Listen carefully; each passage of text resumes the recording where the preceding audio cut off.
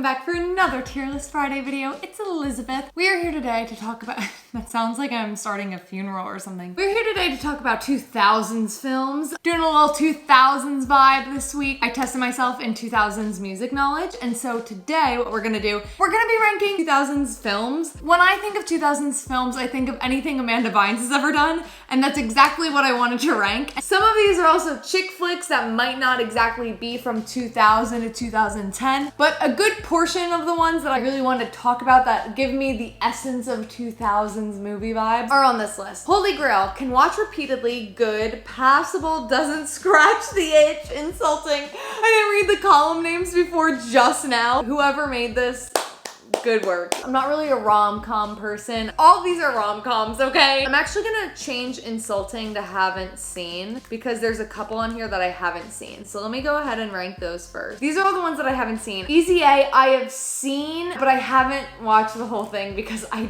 don't like Emma Stone. Not personally. Personally, and in real life, she seems like a nice person. I just wanna go right off the bat and say, if I have any fans that are like in their teens watching this, I don't like the kissing booth. Doesn't scratch any kind of itch I might have. You know what? Right alongside that, where is it? Sarah Burgess's Loser. That movie is actually quite awful. I guess what they were trying to do is be like, oh my gosh, this guy, this popular guy is gonna like you no matter who you are. But this girl's pretending to be this hot girl. The movie on here that I find very interesting, that I'm not sure a lot of people know about, Sydney White, that Amanda Bynes stars in. It's Snow White essentially, but in college. Amanda Bynes' character, Sydney White, ends up living in this nerd frat house. It's a whole bunch of nerds and it's her. That movie is so chaotic. Like, watch repeatedly because of how insane of a movie it is. Oh, I mean, if we're talking about the best kind of rom-com, 10 Things I Hate About You, that's Holy Grail for sure. If anyone wants to fight me on 10 Things I Hate About You,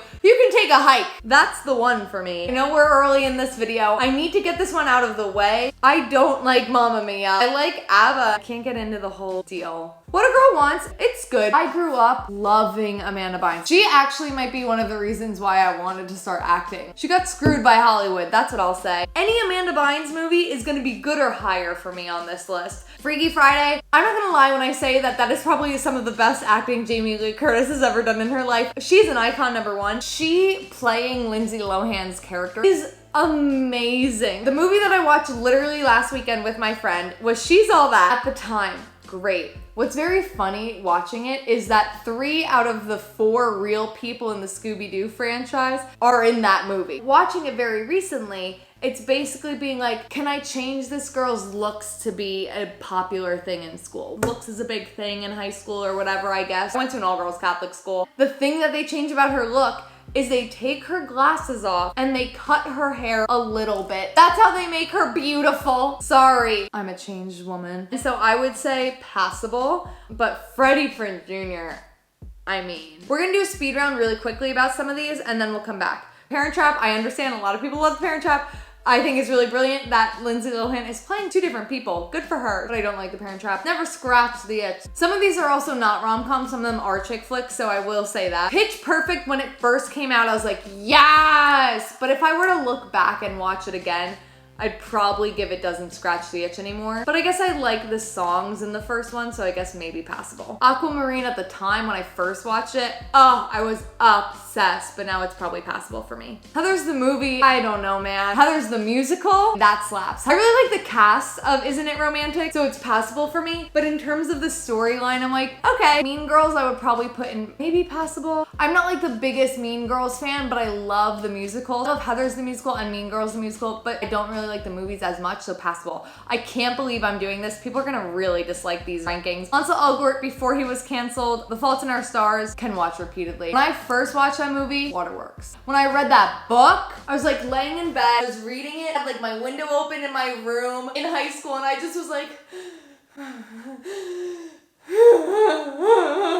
I will say the book, Holy Grail for me. Enchanted, don't even mess with me. Can watch repeatedly, don't mess with Enchanted. James Marsden, Patrick Dempsey, Amy Adams is really good in that movie. I'm enchanted with Enchanted. Boo. I will say, I've seen The Notebook.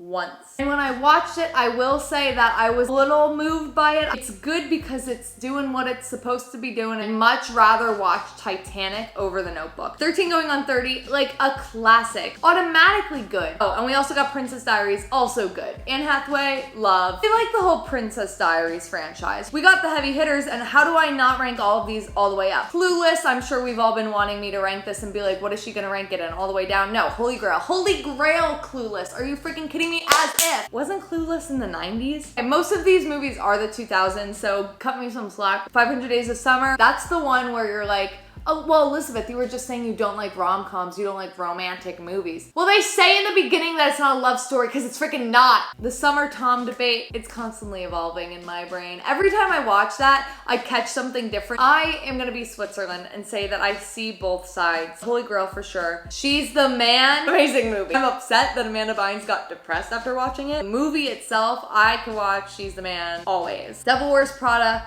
iconic. Can watch repeatedly. Meryl Streep and Anne Hathaway. That movie is so addicting to watch. Meryl Streep alone. That's all. I didn't mean for these two to be the last two that I talked about, but to all the boys, can watch repeatedly. And Legally Blonde also can watch repeatedly. Reese Witherspoon is so good. And also Lana Condor is so good. And to all the boys, Legally Blonde, great. Musical, great. Everything about Legally Blonde is iconic. Feminist culture, we love to see it. To all the boys franchise, the third one, I was watching it in bed and I cried about it. It bothers me that once the first one came out, Noah Centineo just got all the praise and recognition, and Lana Condor still has to like work. She's obviously doing fine and still in stuff, but it's just like he's just being a dude. I feel kind of good about this, so I'm just gonna stick with it. That one was a lot of fun. I'm sure a lot of you do not agree with my opinions. I'm very sorry. By the way, these are my opinions, not like a critic's choice kind of deal with these films, because I'd probably rank them a little bit differently if that were the case. Like this video if you enjoyed it, comment down below what other tier list videos you want to see me do in the future, and subscribe if you haven't subscribed yet, because I post a video